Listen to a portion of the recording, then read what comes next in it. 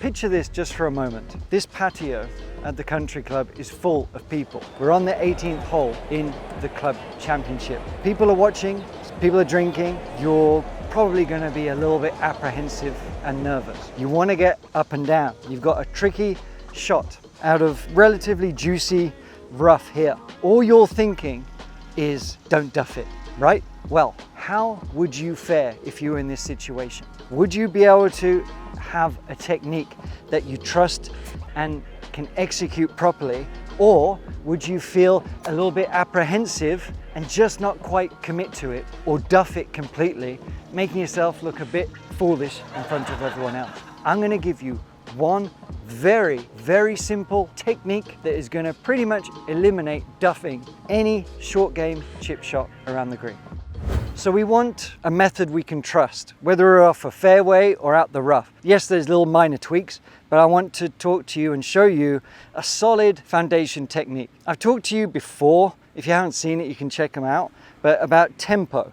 All right, having a nice fluid tempo is very overlooked, but very important. So you can see that video, but let's just take a given that we've got a nice tempo here. One of the variables that causes the fat shots especially is when we're changing our arc. So when I set up to the shot, okay, we have this arrangement. The distance of the club is this far from me. If I have intentions that flex the arms a little bit too much, or they straighten out a little bit too much, or I use the wrists a bit too much, these are all variables that change my arc, the width of my arc, but also my low point. Meaning if I extend out, my low point is going to be too far behind.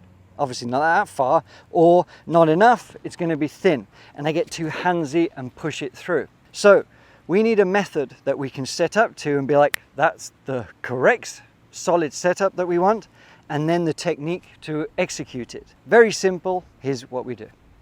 You see there, I am really trying to feel a bit of connection with my right upper arm against my chest, almost pinning, but not firmly, the elbow in. And what that's going to do, it's going to connect my body with my arms. My arms aren't going to work separately here. Again, a variable. We're trying to have everything kind of work in harmony with a nice fluid action. And this setup is going to remove those variables. Is this the perfect ultimate pitching and chipping technique? Perhaps not, but it's a good foundation. So we want to feel like we've got a little bit more connection with this upper arm. And you can even do some practice swings or hit some shots where we've got this upper arm connection. But what I'm going to really try and emphasize for you is it's not just about connecting here. What we're trying to do is maintain this slight angle, if you can see that. I'm trying to keep that angle the same all the way through my action. Again, I'm trying to remove and at least be conscious of it, of the variable of it straightening out too early or the wrist moving. How I'm setting up is how I'm going to strike it. It's exactly the same.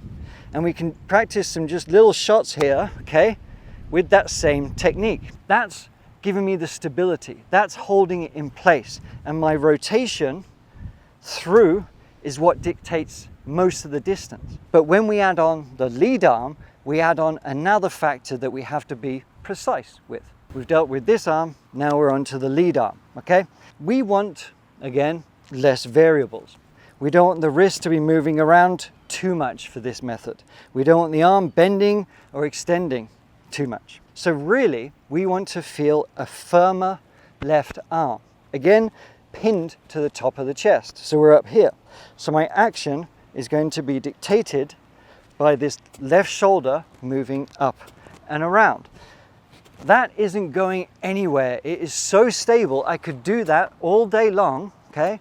I could do that all day long and hit the same exact strike again and again and again. But as soon as I allow it to come off, as soon as I feel like my elbows are getting a bit disconnected or the wrists are moving forward, that's the magic bad word, variable. So we want to feel that this arm is resting on top and it's not locked but firm. But here's the magic. Most of you, when you set up with the club, your elbow is going to be sort of pointing that way. If I was to bend the arm, it's going to be going this way. With short game shots, it's often very beneficial to feel like the elbow is pointing more down. So as I take my setup, I'm actually feeling like my palm is up and I'm lowering my hand and then just turning it over. What that's going to do, it's going to reduce the likelihood that I get separation. It's going to reduce the likelihood that I flip because my arm is only really going to move this way. But if I keep this unit firm and pinned to me with my elbow pointing up and this now tucked in, that is consistency more than you can possibly ever experience when it comes to chipping. And you've got a foundation here that is going to give you a technique that you can rely on and you go to it every single time, whether you're in front of a clubhouse, whether you're playing a match, whether you're on the fringe or in the rough. Yes, there's little tweaks, but you need to really work on this technique, and I promise you, it's going to give you the refinement and the foundation that you're looking for. So you can see, even with difficult shots, you can have that confidence and trust that you can at least execute a shot that's just going to pop it up and get it on the green and pretty close. Remove that fear of duffing and being worried about shots, trying to do too much. Keep it simple, my friends. It's going to help you that much more. Now, if you do want to refine your short game a little bit, you do want to check out this lesson because it's going to give you that touch and feel that I mentioned before. But get this foundation, then refine it, and your scores are going to plummet. I'll see you next time.